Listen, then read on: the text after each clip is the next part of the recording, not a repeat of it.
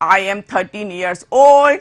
I live in a joint family and there are 6 members in a family. I have a younger sister. Her name is Nikita. She is very naughty and sweet. इसी तरह से आप भी अपने परिवार के बारे में लिखेंगे. पहले अपना नाम लिखेंगे, अपनी एज लिखेंगे, फिर आप बताएंगे कि आप जॉइंट फैमिली में रहते हैं कि आप न्यूक्लियर फैमिली में रहते हैं. इस तरह से लिखिए. तो पहले आप सोचिए कि आपकी फैमिली जॉइंट है कि न्यूक्लियर है. तो इस तरह से सोचकर एक पैराग्राफ लिखिए अपनी फैमिली के ऊपर और उसको अपनी ऑनलाइन क्लासेस में मैम को भेजिए और उसको चेक कराइए. और हमेशा की तरह एक big thank you to my lovely children, है ना. हमेशा मैजिक वर्ड्स का अपनी लाइफ में यूज करिए, सबके साथ यूज करिए और अपने बड़ों को उनकी रेस्पेक्ट कीजिए और सबके साथ अच्छे से व्यवहार.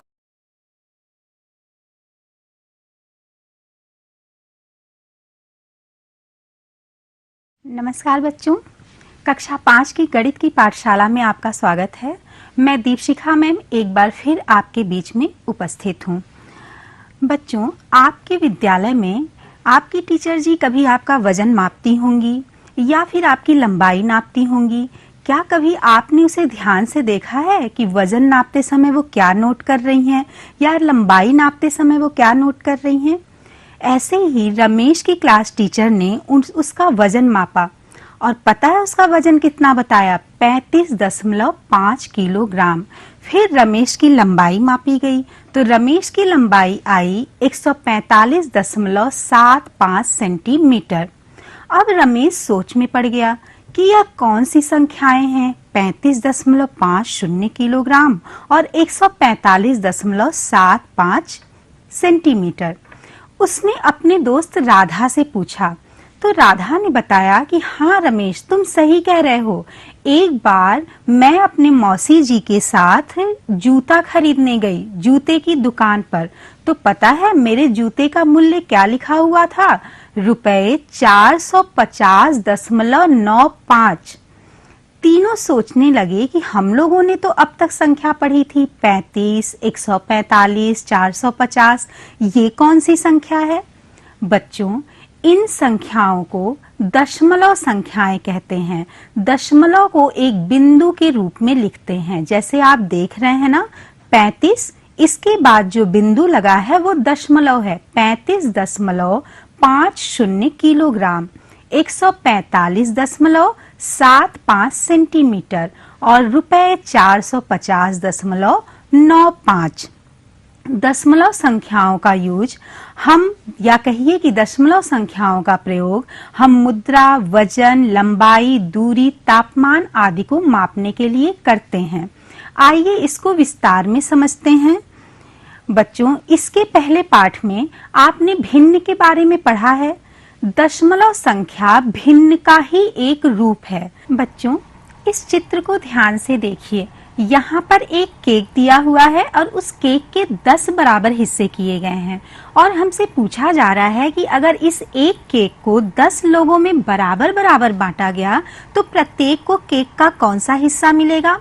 इसके पहले हमने भिन्न में पढ़ा था कि अगर 10 बराबर भागों में से एक बराबर भाग को भिन्न के रूप में लिखना हो तो उसे हम 1/10 कहते हैं.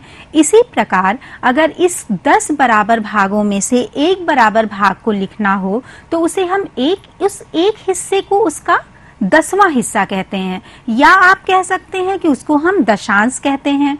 इसको हम भिन्न के रूप में तो 1/10 लिखेंगे, लेकिन दशमलव के रूप में इस एक हिस्से को या कहिए एक 10वां हिस्से को, इस एक दशांश को हम 0.1 लिखेंगे. अगर इसी केक के 2 बराबर हिस्सों को लिखना हो दशमलव के रूप में तो कैसे लिखेंगे? सबसे पहले तो हम भिन्न के रूप में लिखते हैं. 2 बराबर हिस्से को अगर भिन्न के रूप में लिखना हुआ तो वो 2/10 लिखा जाएगा. इस 2/10 को दशमलव के रूप में हम 0.2 लिखते हैं. अगर इसी केक के 3 बराबर हिस्से को हमें दशमलव के रूप में लिखना हुआ तो वो 3 बराबर हिस्सा तो हमारा 3/10 हुआ, क्योंकि 10 बराबर भागों में से हमने 3 बराबर भाग लिए तो वो 3/10 हो गया. भिन्न के रूप में उसे हम 3/10 लिखेंगे और दशमलव के रूप में 0.3 3 लिखेंगे। इसी तरह हम 100 बराबर हिस्सों में से भी एक हिस्सा निकाल सकते हैं कि दशमलव के रूप में कैसे लिखेंगे। चित्र देखिए, यहाँ पर इस चित्र में 100 बराबर हिस्से किए गए हैं। इन 100 बराबर हिस्सों में से एक हिस्सा 100वां हिस्सा कहलाता है। हम पहले इसको भिन्न में भी पढ़े हैं कि अगर 100 बराबर हिस्सा है तो उसका एक हिस्सा 100वां हिस्सा कहलाएगा। इस 100वां हिस्सा को हम भिन्न के रूप में लिखेंगे 1/100 और दशमलव के रूप में लिखेंगे 0.01। अगर इसी 100 बराबर हिस्सों में से हम 10 बराबर हिस्से को लेते हैं तो वह 10 बराबर हिस्सा हमारा कहा जाएगा 10वां और 10वां को हम भिन्न के रूप में 10/100 लिखेंगे और दशमलव के रूप में 0.10। आइए इसी 100 बराबर हिस्सों में से हम 33 बराबर हिस्से करते हैं।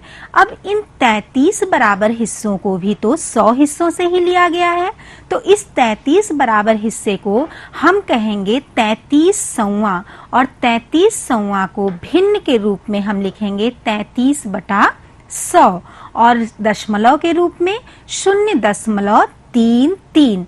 एक चीज देखिए बच्चों, यहाँ पर बटा के नीचे जितना शून्य है दशमलव उतने ही अंक बाईं तरफ लग रहा है। पहला था 1/100 तो दशमलव 0.01। दूसरा है 10/100 तो दशमलव कितना हो गया 0.10। 33/100 में 0.33। मतलब जितना 100 नीचे जितने शून्य हैं उतने अंक बाईं तरफ हमारा दशमलव लग रहा है। इसी प्रकार हम 1000वां हिस्सा कह सकते हैं, 10,000वां हिस्सा कह सकते हैं। अगर 1000वां हिस्सा लिखना हो तो उसे हम भिन्न के रूप में कैसे लिखेंगे? कुछ इस तरह ना, 1/1000। देखिए ये हो गया 1000वां हिस्सा और इस 1000वां हिस्सा को अब दशमलव के रूप में कैसे लिखेंगे? नीचे 3 शून्य है, मतलब दशमलव 3 अंक बाईं तरफ लगेगा। यह देखिए बराबर 0.001। इस 1000वां हिस्सा को हम लिख सकते हैं 0.001। आइए बच्चों, कुछ ध्यान देने योग्य बातें हैं कि दशमलव के बाईं ओर के अंक को अलग अलग पढ़ते हैं। एक बार ध्यान से सुनिए, दाईं ओर के अंक को, दशमलव के दाईं ओर के अंक को हम अलग अलग पढ़ते हैं। जैसे यहाँ एक संख्या दी गई है 246.35। इसको हम ऐसे नहीं पढ़ेंगे कि 246.35। दशमलव के दाईं ओर के अंक को हमेशा अलग अलग पढ़ते हैं। 246.35। जब किसी दशमलव संख्या में दशमलव बिंदु के बाईं ओर के इकाई स्थान पर कोई अंक न हो तो हम दशमलव के पूर्व शून्य लिखते हैं। जैसे यहाँ एक संख्या दी है 0.8, तो इस 0.8 को हम 0.8 लिख सकते हैं। एक उदाहरण और देखिए, अगर मान लीजिए कोई संख्या है 0.12, 0.12, इसको क्या पढ़ेंगे? 0.12। हम दशमलव के दाईं ओर के अंक को हमेशा क्या पढ़ते हैं? अलग अलग पढ़ते हैं। तो 0.12 को हम लिख सकते हैं 0.12। दशमलव एक बिंदु के रूप में लिखा जाता है और इसे हमेशा इकाई और दसवां के अंक के बीच में प्रयोग किया जाता है। आइए हम दशमलव संख्या को उनके स्थानीय मान के चार्ट में कैसे लिखना है ये सीखते हैं। यहाँ एक संख्या दी हुई है 246.35। इसको स्थानीय मान के स्तंभ में लिखना है। बच्चों, इसके पहले आपने पूर्ण संख्या को तो स्थानीय मान के स्तंभ में लिखना सीखा है। पूर्ण संख्या में जितने अंक होते हैं उतने स्थानीय मान के स्तंभ बनते हैं। यहाँ देखिए 246.35 में दशमलव के बाईं ओर जो अंक है वह पूर्ण संख्या है और दशमलव के दाईं ओर जो अंक है उसे हम दशमलव भाग कहते हैं। तो यहाँ पर पूर्ण संख्या में 246 में 3 अंक है, मतलब मेरा जो स्थानीय मान का स्तंभ बनेगा वो इकाई, दहाई और सैकड़ा का बनेगा। देखिए इकाई, दहाई और सैकड़ा का स्थानीय मान का स्तंभ बना है। और हमने इसके पहले बताया है कि इकाई के स्थान पे जो अंक होता है उसके बाद 10वां के स्थान पे जो अंक होता है उसके बीच में दशमलव बिंदु लगाते हैं। अब देखिए, इकाई के बाद हमने दशमलव बिंदु लगाया, इसके बाद जो स्थानीय मान के स्तंभ बनेंगे वह क्रमशः 10वां, 100वां, 1000वां इस क्रम में बढ़ते हुए बनेंगे। आइए अब इन अंकों को हम स्थानीय मान के स्तंभ में लिखते हैं। 246 में हम देख रहे हैं बच्चों कि 6 कहां पर है? इकाई के स्थान पे, हमने 6 लिखा इकाई के स्थान पे। 4 हमारा दहाई के स्थान पे है, 4 लिखा गया दहाई के स्थान पे, और 2 सैकड़ा के स्थान पे है, तो 2 को हमने लिखा सैकड़ा के स्थान पे। अब इकाई के बाद दशमलव बिंदु लगा, और दशमलव बिंदु के बाद 10वां के स्थान पे हमारा 3 है, तो हमने 10वां के नीचे 3 लिखा, और 100वां के स्थान पे हमारा अंक 5 है, तो हमने 5 लिखा। आइए इसको विस्तारित रूप में समझते हैं। जैसे 246.35, अब 246.35 में 2 हमारा सैकड़ा के स्थान पे है, तो विस्तारित रूप में 2 गुना 100 लिखेंगे, ये हम पहले भी सीख चुके हैं। 4 हमारा दहाई के स्थान पे है, तो विस्तारित रूप में ये 4 गुणा 10 लिखा जाएगा, तो 2 गुणा 100 धन 4 गुणा 10। 6 हमारा इकाई के स्थान पे है, तो धन 6 गुणा 1 लिखा जाएगा। अब आगे बढ़ते हैं बच्चों।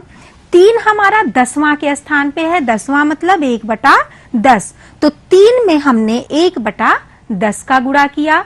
उसके बाद 5 हमारा 100वां के स्थान पे है, 100वां का अर्थ हुआ 1/100, तो 5 गुणा 1/100। इसके बाद हमने इसको 200 धन 40 धन 6, देखिए 2 का गुणा 100 में किया तो 200, 4 का गुणा 10 में किया तो 40, और 6 का गुणा 1 में किया तो 6।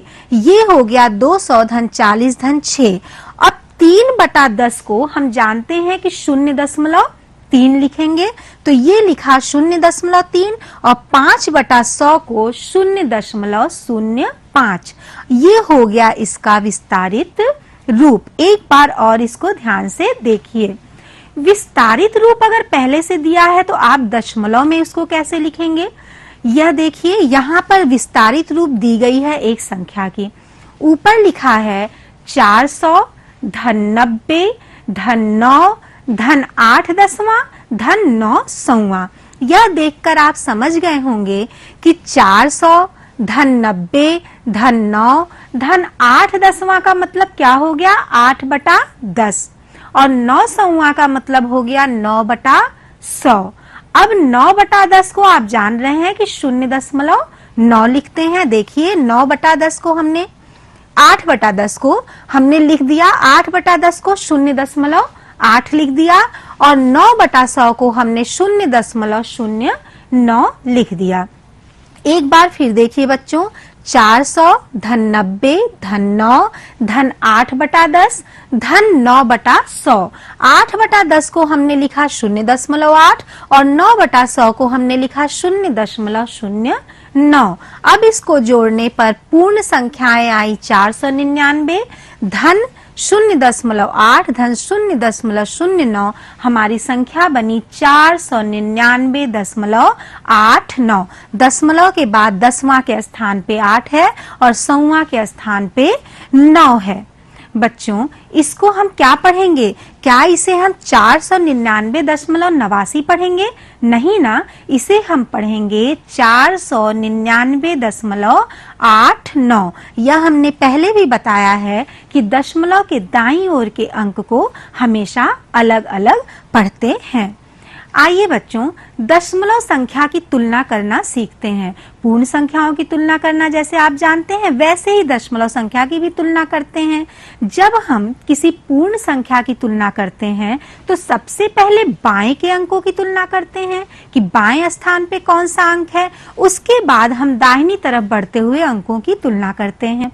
यहाँ पर हमारी 2 संख्याएं दी गई हैं, 47.21 और 49.46।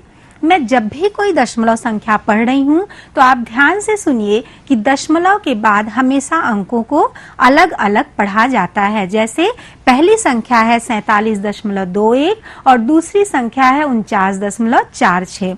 अब इनकी तुलना भी हम पूर्ण संख्याओं की तरह करेंगे। सबसे बाईं तरफ हमारे दहाई का अंक है दोनों संख्याओं में, और दहाई के अंक पे 4 और 4 आपस में बराबर हैं।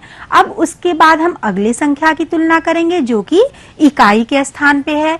इकाई के स्थान पे पहली संख्या में 7 है और दूसरी संख्या में 9 है, और हम देख रहे हैं कि 9 7 से बड़ा है। तो कौन सी संख्या बड़ी हुई?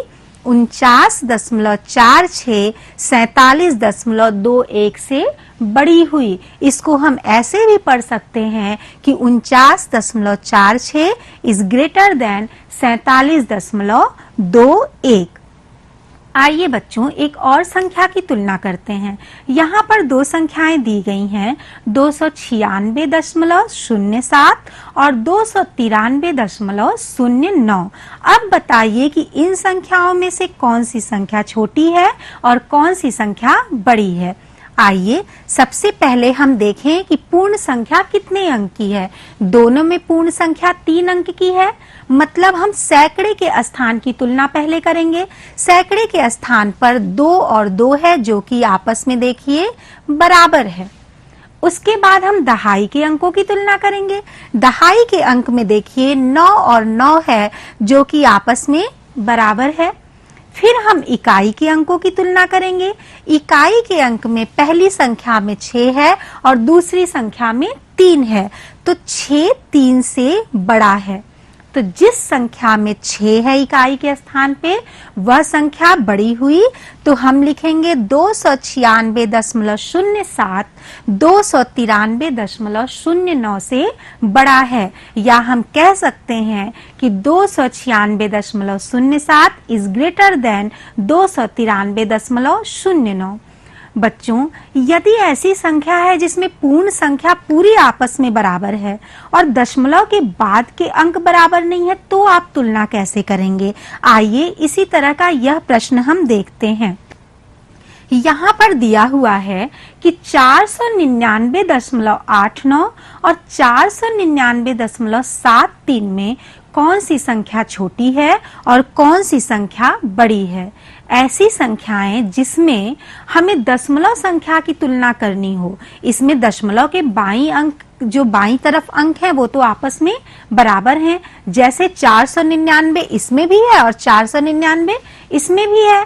अब हम दशमलव के दाईं ओर के अंकों की तुलना करते हैं। तो देखिए दशमलव के दाईं ओर मतलब 10वां के स्थान पे पहली संख्या में 8 है और दूसरी संख्या में हमारा 7 है।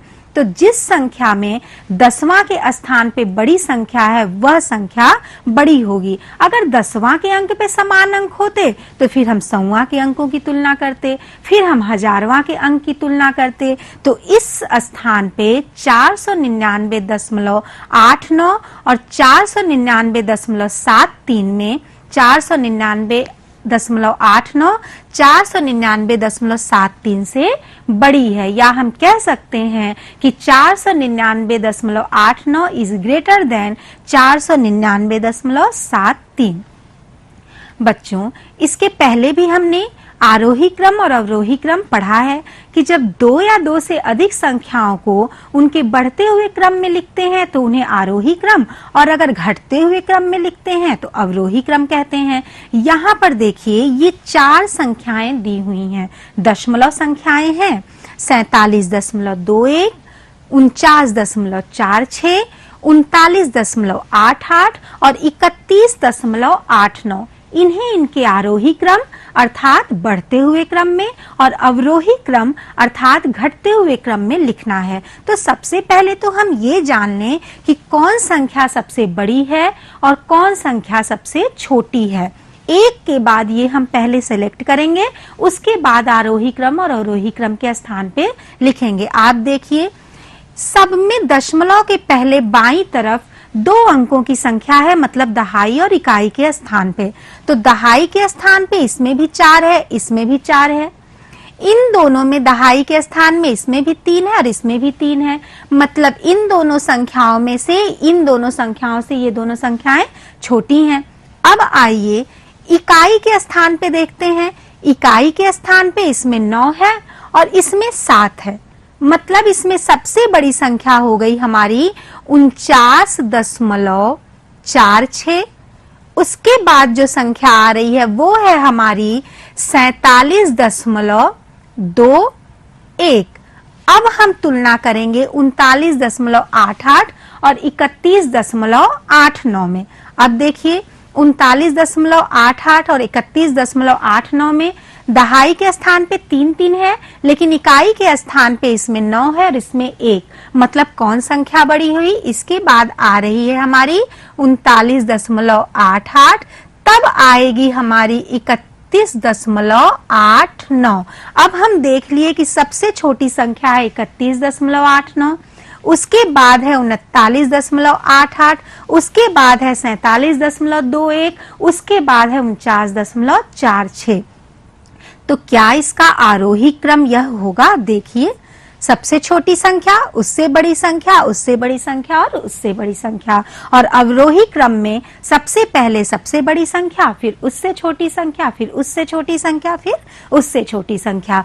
आरोही क्रम, बढ़ता हुआ क्रम, अवरोही क्रम, घटता हुआ क्रम। आइए बच्चों, हम देखें कि हमने आज क्या क्या सीखा। पूर्णांक संख्या हमेशा दशमलव बिंदु के बाईं तरफ होती है। जैसे कोई संख्या अगर हमारी है 246.35, तो इसमें यह संख्या पूर्णांक संख्या है और यह संख्या दशमलव भाग है। दशमलव बिंदु के दाईं ओर के अंक को हमेशा अलग अलग पढ़ते हैं, जैसे 246.35, ना कि 246.35, 246.35 पढ़ते हैं। दशमलव संख्या को विस्तारित रूप में लिखते समय हमेशा दसवां, सौवां, हजारवां, दाईं ओर के अंक को दसवां, सौवां, हजारवां अर्थात 1/10, 1/100, 1/1000 इस तरह से लिखते हैं। जब किसी दशमलव संख्या में दशमलव बिंदु के बाईं ओर इकाई के स्थान पर कोई अंक नहीं होता है, तो हम दशमलव बिंदु के पूर्व 0 लिखते हैं। जैसे अगर कोई संख्या हमारी 0.8 है, तो इसको हम 0.8 लिख सकते हैं। दशमलव संख्याओं की तुलना हम पूर्ण संख्याओं की तरह ही करते हैं। जब हम ऐसी दशमलव संख्याओं की तुलना करते हैं जिनमें दशमलव बिंदु के बाईं ओर सभी अंक बराबर हैं, तो हम दशमलव बिंदु के दाईं ओर क्रमशः दसवां, सौवां और हजारवां के अंकों की तुलना करते हैं। बच्चों, आइए अब आपको हम देखें कि जो सिखाया है वो आपने कितना सीखा है।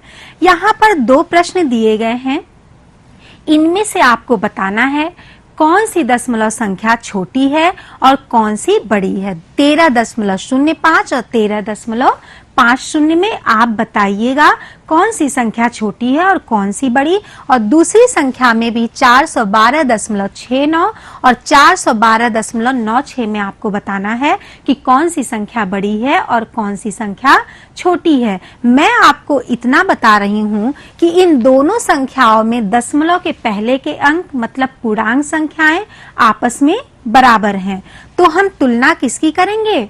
दशमलव के बाद के अंकों की तुलना करेंगे। आइए बच्चों, आपको आपका गृह कार्य दे दें।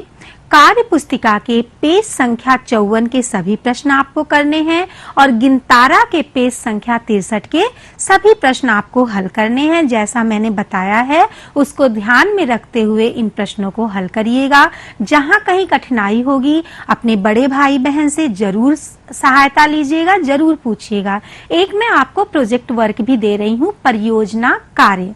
बच्चों, आज आप अपने घर में जो वस्तुएं खरीदी गई होंगी उनके मूल्य को नोट करिएगा, और जिन वस्तुओं का मूल्य दशमलव के रूप में लिखा होगा, दशमलव संख्या के रूप में लिखा होगा, उन्हें अपनी कॉपी पर उस वस्तु के नाम के साथ जरूर लिखिएगा।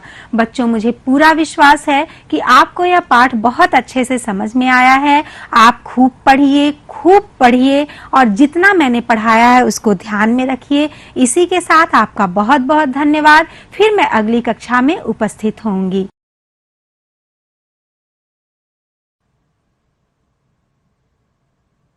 हेलो बच्चों, कैसे हैं आप लोग? उम्मीद है आप लोग सब अच्छे होंगे, क्योंकि कोरोना का टाइम चल रहा है, कोविड-19, तो आप लोग अपने घर में ही हैं।